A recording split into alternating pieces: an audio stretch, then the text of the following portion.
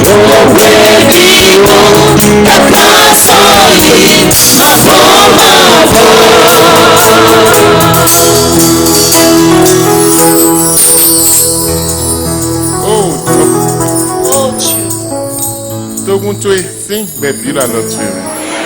la vie de ton peuple est entre tes mains. Et aujourd'hui, parce que leur vie est entre tes mains, oh, tu feras des miracles pour eux. Si quelque chose qu'aujourd'hui lui appartient, n'a qu'à crier Alléluia.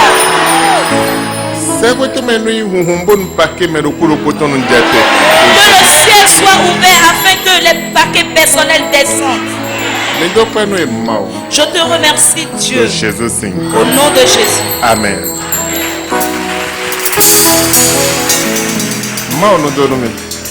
Que Dieu vous bénisse. Amen. Aujourd'hui est un grand jour.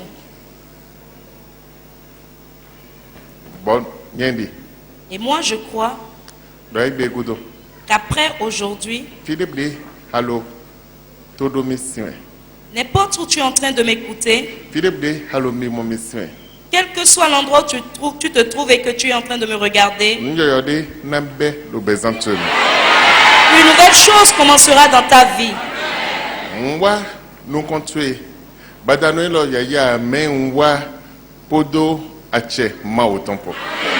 Je ne suis pas venu ce soir devant toi naturellement ni ordinairement, mais avec l'autorité de Dieu.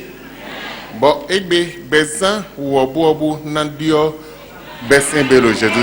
beaucoup de vies vont changer aujourd'hui. Nous allons lire dans la parole de Dieu. Nous allons lire le livre des Actes des Apôtres.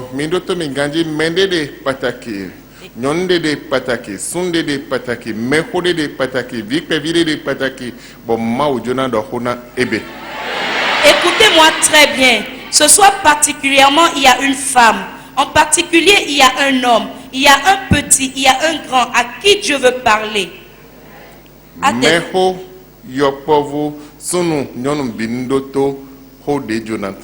Grand, petit, homme, femme, écoutez la parole qui veut sortir. Actes des Apôtres, chapitre 1, verset 8. Mais vous recevrez une puissance, le Saint-Esprit survenant sur vous, et vous serez mes témoins à Jérusalem, dans toute la Judée, dans la Samarie, et jusqu'aux extrémités de la terre. Écoute-moi. La parole de Dieu dit, vous recevrez une puissance. Vous recevrez une puissance. On est en train de s'adresser à qui? Est-ce aux anges? On s'adresse à qui? À toi. Amen. Amen. Cette parole n'est pas pour les anges, mais elle est destinée aux enfants de Dieu. Ce n'est pas pour ceux du monde. Ce n'est pas pour les païens. Mais c'est pour ceux qui ont établi une alliance avec Dieu. C'est ceux qui portent le nom de Jésus. Ceux qui ont donné leur vie à Jésus. Et la parole de Dieu est en train de déclarer, vous recevrez une puissance. Et cette puissance sera de vous mes témoins. Et le monde vous reconnaîtra. Cela ne s'arrêtera pas seulement là où vous êtes. Mais on vous reconnaîtra partout, ça dépassera les extrémités de la terre. Amen. La puissance dont on parle, c'est la puissance du Saint-Esprit. Et toute personne qui reçoit la puissance du Saint-Esprit, un changement entre dans sa vie. Un changement entre dans sa vie. Et puis la vie, le cœur de la personne change. La vie de la personne change. Et Jésus disait à ses disciples, vous recevrez une puissance.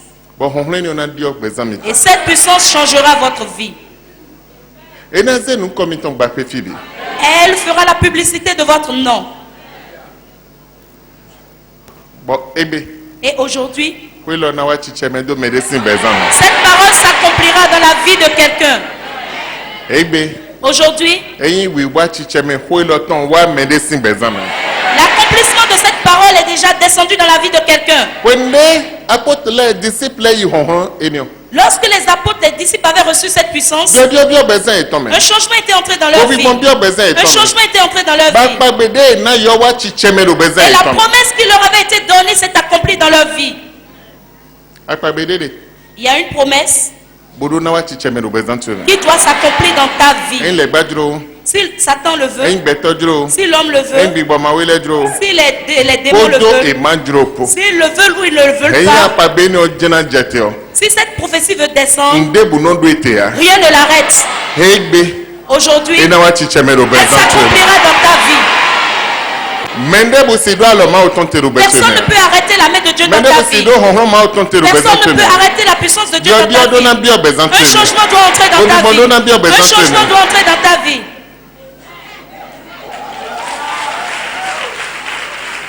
Amen.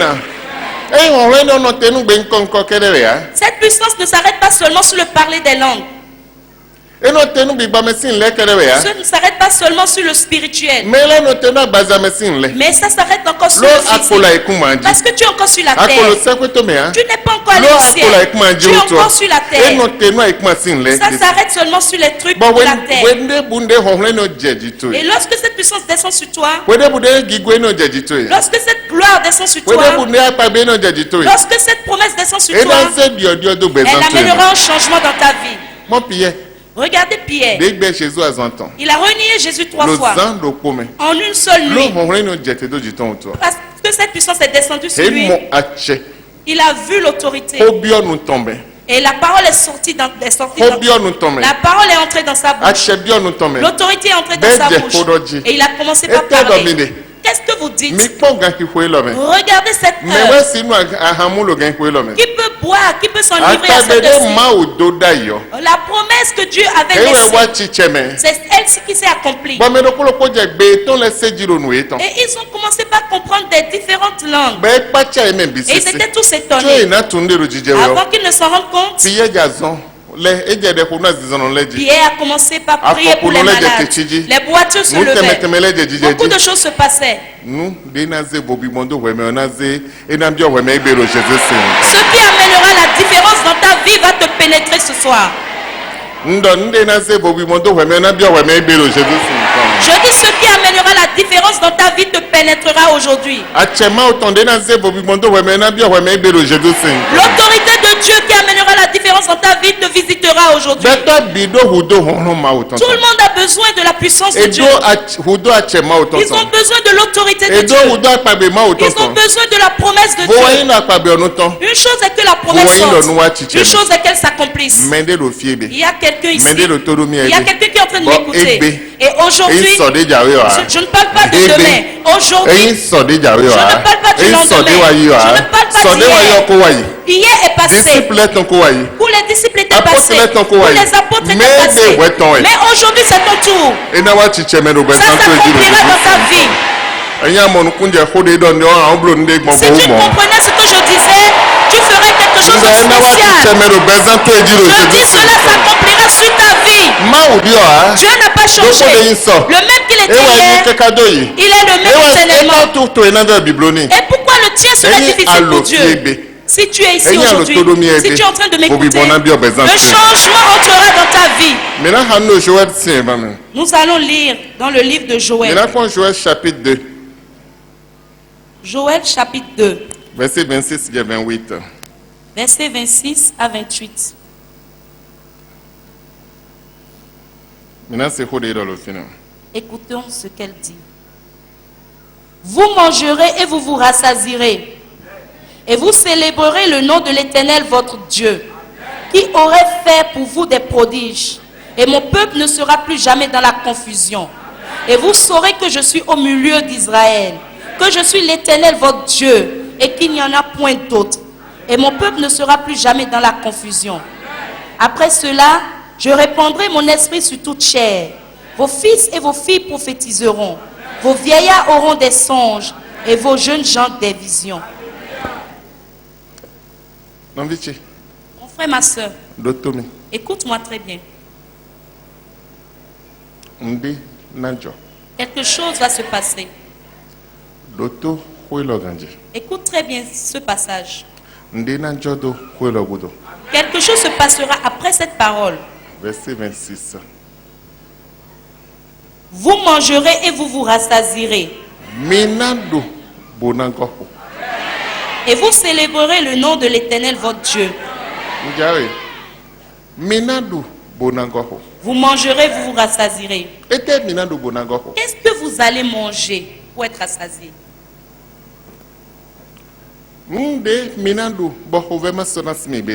Ce que vous allez manger, vous n'aurez plus jamais faim.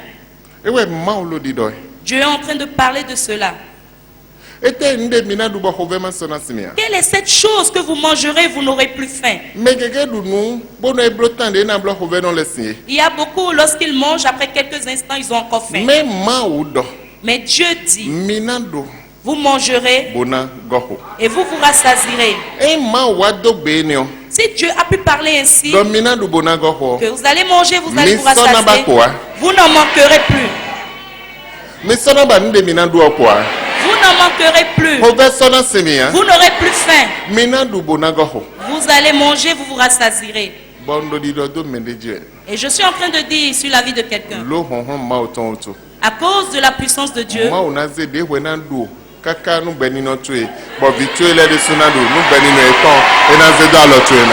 t'offrira ce que tu mangeras, toi et ta descendance, toi et ta postérité, au nom de Jésus.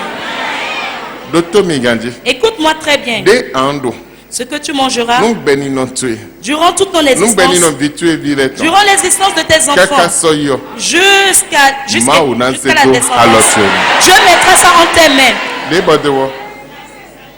Et vous célébrerez le nom de l'Éternel votre Dieu.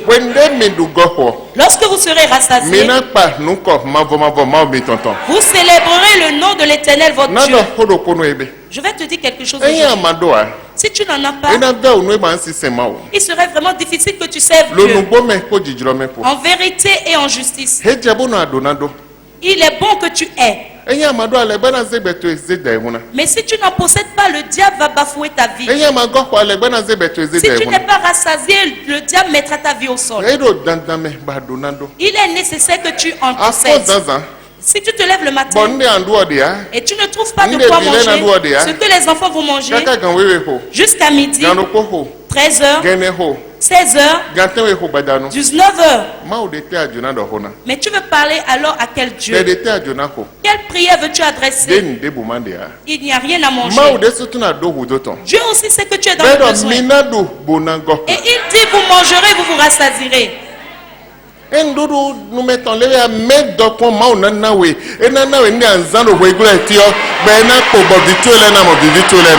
Dieu n'est pas en train de parler de la nourriture de la bouche, mais il parle de la fortune, ce qu'il mettra à ta disposition et à toi et à ta descendance.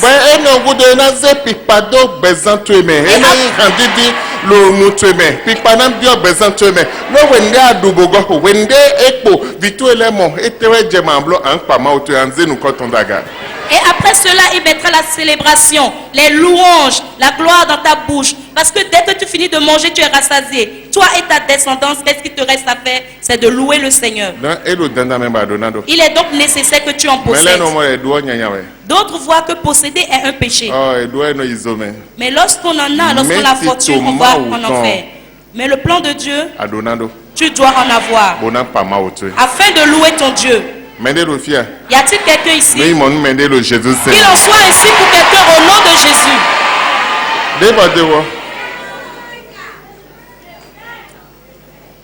Et mon peuple ne sera plus jamais dans la confusion.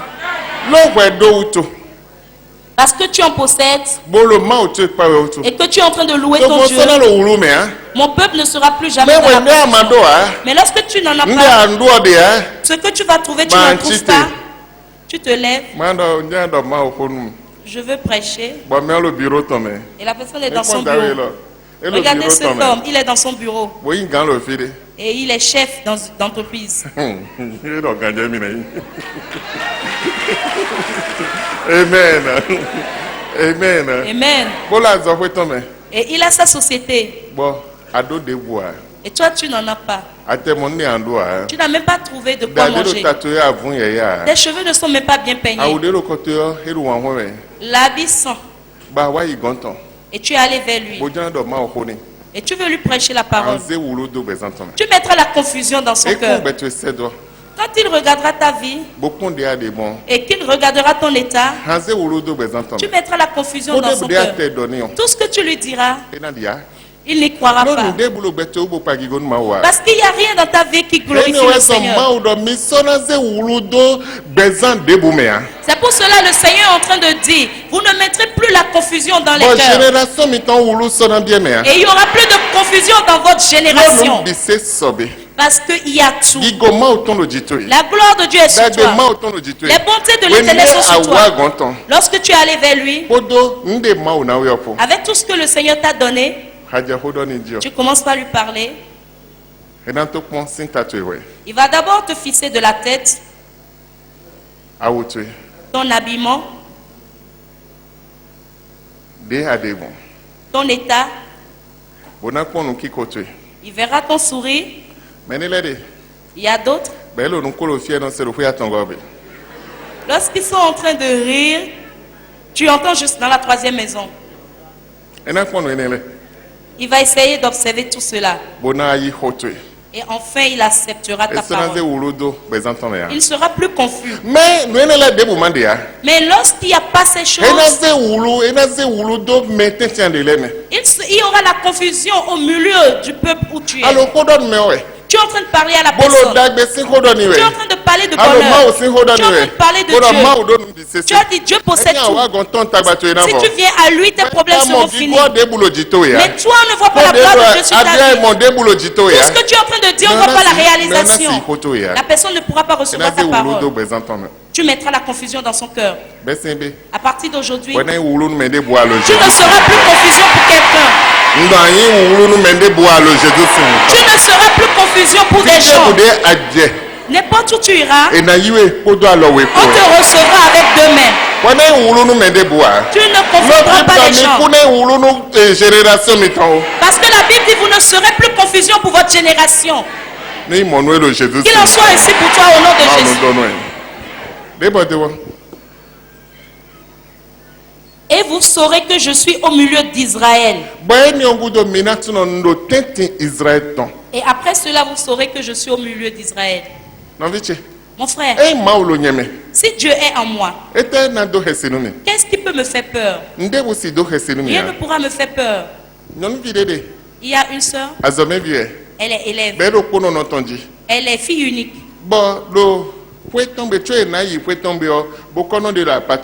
Avant d'aller dans sa maison, il y a un féticheur qui est près d'elle.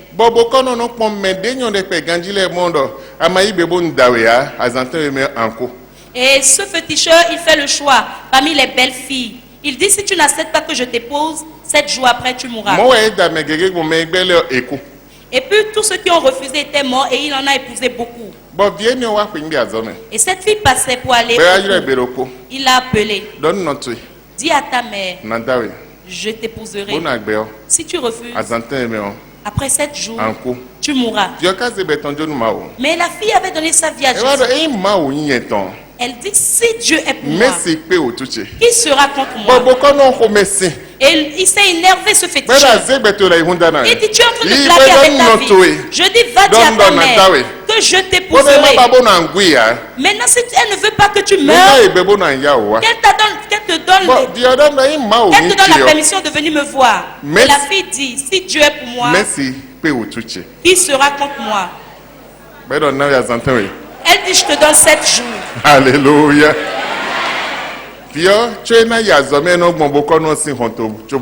La fille, avant d'aller au cours, elle passe devant le féticheur. À son retour, elle passe devant le portail du féticheur. Lorsqu'elle s'arrête une fois, si Dieu est pour moi, qui sera contre moi? Au retour, à midi, dès qu'elle arrive au portail, si Dieu est pour moi, qui sera contre moi? Lorsqu'elle repart à 15 heures, dès qu'elle arrive au portail, elle dit, si Dieu est pour moi, pendant 7 jours. Et le 7e jour à minuit, le féticheur a commencé par avoir les maux de ventre. Il a commencé par avoir des picotements dans le ventre. Il dit, je n'ai jamais vu ça. Cette petite, elle m'a mise debout, elle a commencé par me trouver. Après 30 minutes, le féticheur était décédé. Si Dieu est en moi, si Dieu est au milieu de moi, n'importe où je passerai, quel que soit l'endroit où je m'arrêterai, on verra une différence dans ma vie. Amen. On verra une différence en moi. Parmi le peuple, parce que Dieu est pour moi, on verra la différence.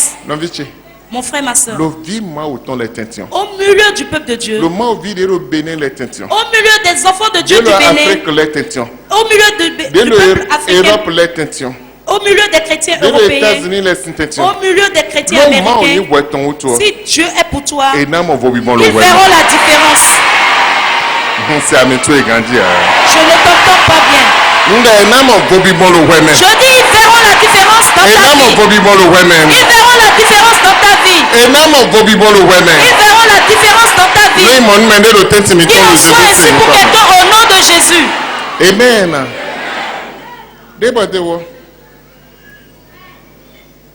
Que je suis l'Éternel votre Dieu et qu'il n'y en a point d'autre. Et mon peuple ne sera plus jamais dans la confusion. Si Dieu est pour toi, et qu'il n'y a point d'autre Dieu autre que lui, Dieu dit, tu ne seras plus dans la confusion. Ta vie ne sera plus dans la confusion. Cette parole appartient à quelqu'un. La confusion te dira au revoir dès ce soir. Je dis, la confusion te dira au revoir. Ce qu'on appelle la confusion, ce qu'on appelle la honte, ce qu'on appelle les problèmes, ce qu'on appelle pleurs, ils te quitteront, ils te diront au revoir. Qu'il en soit ainsi pour quelqu'un au nom de Jésus. Amen. Amen. Après cela, je répandrai mon esprit sur toute chair. Après cela, toutefois, la parole de Dieu dit après cela. Après chaque fois, Dieu dit après cela. Quelque chose se passe. Après cela. Après cela. Je répandrai mon esprit. Ce qu'on appelle esprit de Dieu. L'esprit qui est allé ressusciter Jésus d'entre les morts. Oh, l'esprit de Dieu qui s'est promené sur toute la terre. Oh, esprit de Dieu qui fait les grandes choses. Il dit après cela, il répandra cet esprit en moi. Suis mes enfants. Alléluia. L'esprit de Dieu sera répandu sur quelqu'un au nom de Jésus. L'esprit qui met le changement dans la vie, qui met la vie, qui change de nom, qui ressuscite dans les morts, qui change de classe. Cet esprit se répandra dans la vie de quelqu'un. Cet esprit pénétrera quelqu'un. Si tu es concerné, crie Alléluia. Je dis si tu es concerné, crie Alléluia. L'esprit de Dieu va te pénétrer. Parce que Dieu dit après cela qu'il répandra son esprit sur toi. Si l'esprit de Dieu te pénètre, ta vie ne serait plus la même. Ta vie changera. Ta vie sera différente. Tous qui étaient morts vont ressusciter. Toutes les moqueries vont te quitter. Si tu crois, crie Alléluia. Tu es béni au nom de Jésus. Vos fils et vos filles prophétiseront. Alléluia. Hey. Amen. Si toi tu ne veux pas le dire, moi je le dirai. Vos enfants, vos garçons, vos filles, ils prophétiseront. Ils prophétiseront. Qu'est-ce qu'on appelle prophétie? Alléluia. Si tu es enfant de Dieu et que ta vie ne parle pas, tu n'as pas prophétisé. Ta vie doit parler. Ce que tes mains font doivent parler.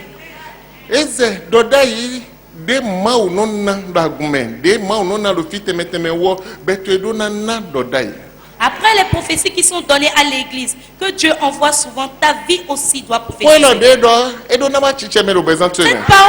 que nous avons lue doit s'accomplir dans ta vie. Ces prophéties normalement doivent s'accomplir dans ta vie. Il est bon que toi-même tu prophétises. Parle de différentes langues.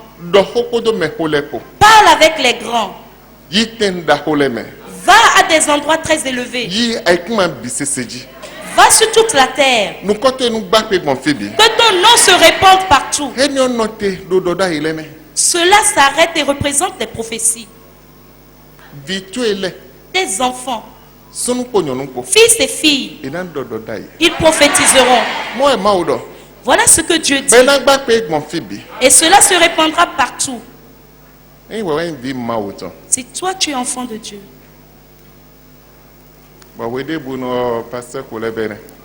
Et chaque fois tu dis, oh, il a encore commencé ce pasteur. Qui veut me donner 50 000? Oh, il a encore commencé. Il n'y a pas de prophétie dans ta vie.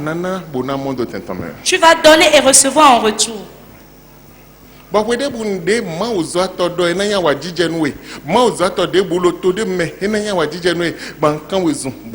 Et chaque fois qu'un homme de Dieu fait l'appel de fond, normalement tu dois être en joie et courir pour aller donner.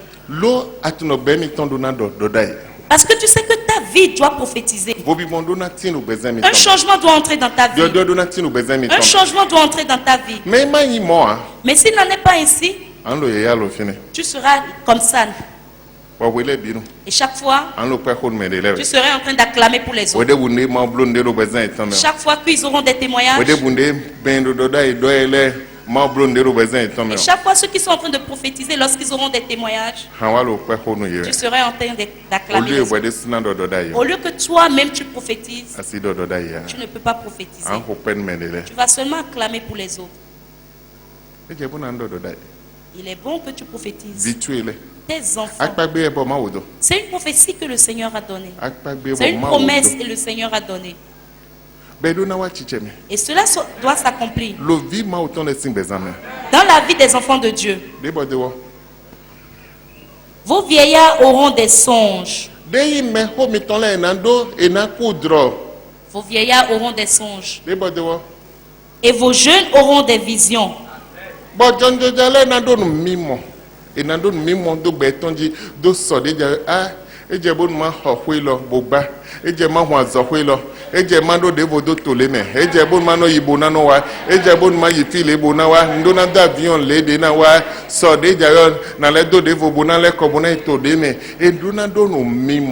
Vos jeunes gens doivent avoir des visions sur l'avancement, des visions sur l'international. Aujourd'hui, je dois élargir mon entreprise sur tel continent. Je dois prendre tel avion pour aller signer tel contrat. Je dois voyager pour aller dans tel pays. Vos jeunes gens doivent avoir des visions sur leur vie. Psaume 23, verset 5. Si tu regardes dans Psaume 123, verset 5, Dieu dit, la grâce, la grâce m'accompagnera. La grâce c'est le bonheur. La grâce c'est pour le ciel. C'est un truc spirituel. Ça c'est une grâce. Et le bonheur est pour la terre. Les deux vont de pair. Il y a le ciel, il y a la terre. Il y a le jour, il y a la nuit. Les deux vont de pair. Mais si tu as la grâce et tu manques le bonheur, ce serait vraiment difficile pour toi. Les deux sont nécessaires pour aller de pair. Pour les enfants de Dieu. Il est digne que nous comprenions cela et que nous apportions le changement dans notre vie. Si nous ne comprenions pas cela, cela ne peut pas amener le changement dans notre vie. Et moi je suis en train de dire aujourd'hui que la grâce de Dieu et que son bonheur vous accompagne éternellement. Amen. Nous devons avoir des visions. La Bible dit la grâce et le bonheur nous accompagneront. Si nous n'avons pas de vision, qu'est-ce que la grâce veut faire? La grâce ne peut pas nous amener afin que nous traversions des frontières. Oh, il y a des crashs un peu partout. La télé parle des crashs. Je ne pourrais pas prendre d'avion. Oh, je ne pourrais pas faire l'import parce que le bateau va couler. Je ne veux pas faire des commandes. Je ne pourrais pas prendre de voiture pour voyager, sinon je ferais d'accident. Amen. Amen. Amen. Il manque quelque chose. Peut-être tu as la grâce, mais tu n'as pas la vision. Regardez ce micro. C'est quelqu'un qui a eu la vision de créer cela.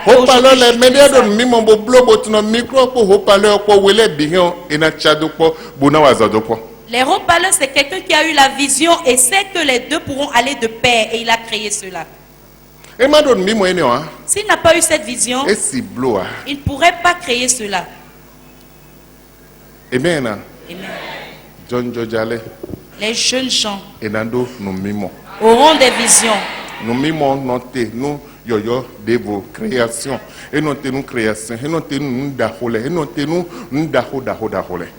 La vision représente la création. La vision représente l'innovation. La vision représente les nouvelles choses. Les grandes choses ont passé par leurs mains. Mais s'ils n'ont pas la vision, ils seront là. Ils seront en train de parler en langue. Ils seront en train de parler en langue. Mais rien ne changera dans leur vie. Ils doivent avoir des visions. Et c'est la vision qui changera leur emplacement. C'est la vision qui changera leur vie. C'est la vision qui changera leur nom. C'est la vision qui les fera grands dans leur génération. Voilà pourquoi Dieu a laissé cette promesse. Cette promesse ne date pas d'aujourd'hui. Depuis le temps du prophète Joël, que Dieu avait laissé cette promesse. Tu dois avoir une vision. Tu dois parler en langue.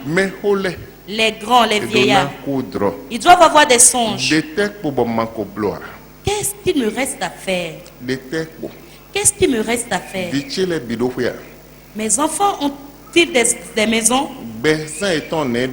Et leur vie?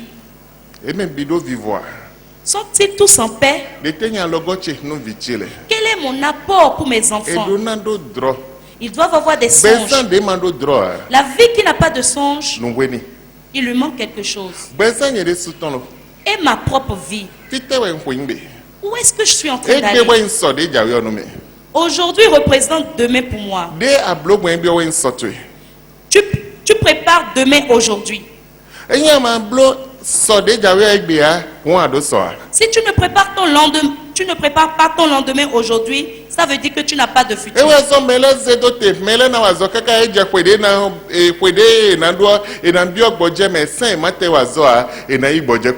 C'est pour cela qu'il est institué la retraite. Vous travaillez pour un temps. Après, vous vous reposez et sans travailler, vous recevez une pension. Aujourd'hui représente ton futur. Hier, tes parents t'ont mise à l'école, qui représente aujourd'hui pour toi. Et tu as pu ouvrir une société. Tu as pu t'installer dans un bureau. Mais si tu n'avais pas mis à l'école hier, cela aurait été difficile pour toi. Afin que tu occupes le poste que tu es en train d'occuper.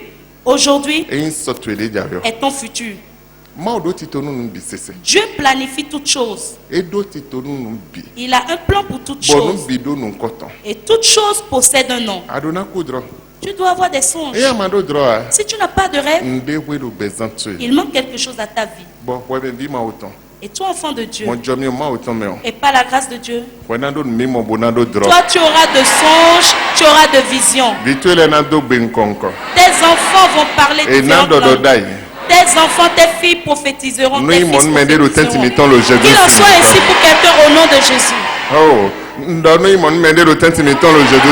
Je dis qu'il en soit ainsi pour quelqu'un au milieu de nous au nom de Jésus. Le manque de vision, je vais te dire ce que ça fait. Nous allons lire dans le livre de Zacharie. Zacharie 4, versets 6 à 7. Zacharie 4, versets 6 à 7. Alors il reprit et me dit, c'est ici la parole que l'Éternel adresse à Zorobabel.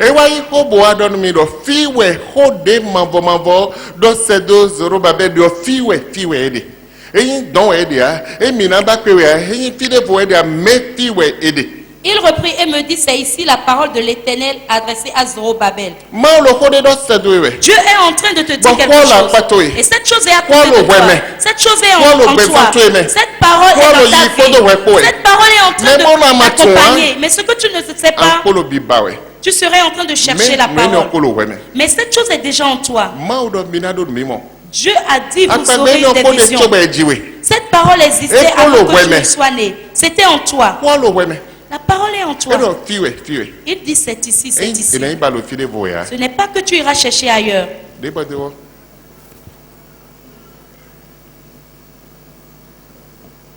Ce n'est ni par la puissance, ni par la force, mais c'est par mon esprit, dit l'Éternel des armées. Qui es-tu, grande montagne devant Zorobabel? Tu seras aplani. Il posera la pierre principale au milieu des acclamations. Grâce, grâce pour elle. Mon frère, ma soeur, c'est un serviteur de Dieu. C'est un serviteur de Dieu. Mais il y avait une grande montagne devant lui. Et lui ne savait même pas qu'une montagne était dressée dans sa vie. Il avait toutes les puissances. Rien ne s'était passé. Il priait pour les autres, il travaillait pour les autres. Il a tout fait, mais rien ne s'est passé. Et Dieu a enfin dit, grande montagne, qui es-tu devant Zorobabel? Lui n'avait pas cette vision. Il ne savait pas qu'une montagne s'était dressée devant lui. Et subitement, et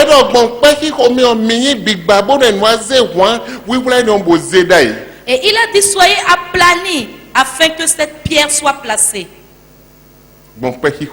par des acclamations. Que ces montagnes soient brisées. Et il a dit, mettez une autre fondation. Et il posa une autre fondation. Et sa vie changea. Et une vision sur la parole de Dieu.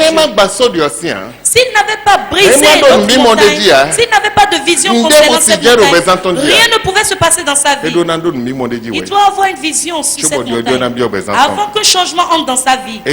Aujourd'hui, quelles que soient les montagnes sur ta vie, elles seront tous déplacées au nom de Jésus. Je dis, elles seront brisées au nom de Jésus. Je ne suis pas en train de m'amuser, mon frère, ma soeur. Je te parle spirituellement. Quelque chose est en train de se passer dans ta vie. Il est temps que ces choses t'abandonnent. Et on a dit, on a mis une fondation. À partir de toi, toi tu planteras une autre fondation dans ta famille. Un changement entrera dans ta vie. Une différence entrera dans ta vie. Après aujourd'hui, tu auras un nouveau nom au nom de Jésus. Amen. Ésaïe 59, 21. Ésaïe 59, 21. Ésaïe chapitre 59, verset 21. Voici mon alliance avec eux, dit l'Éternel.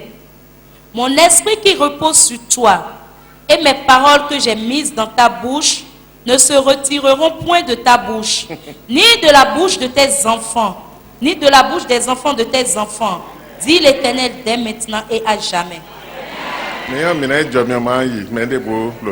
Nous pouvons partager la grâce et rentrer parce qu'il y a des gens qui ne sont pas là.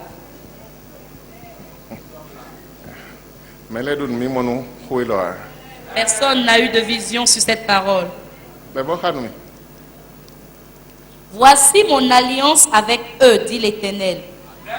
Mon esprit qui repose sur toi et mes paroles que j'ai mises dans ta bouche ne se retireront point de ta bouche, ni de la bouche de tes enfants, ni de la bouche des enfants de tes enfants, dit l'Éternel dès maintenant et à jamais.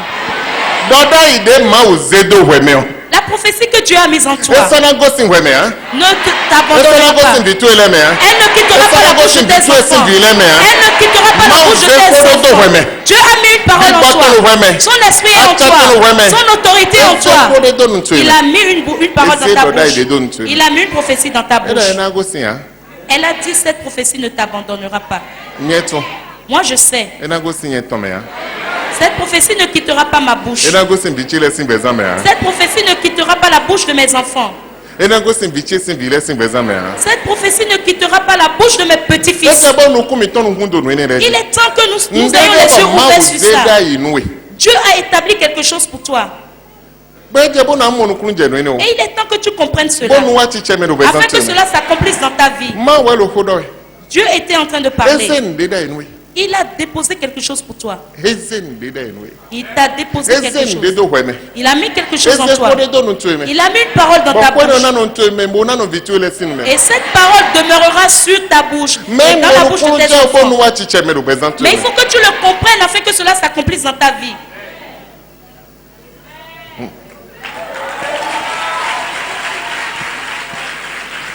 Amen. Amen. J'ai reçu une sœur un jour.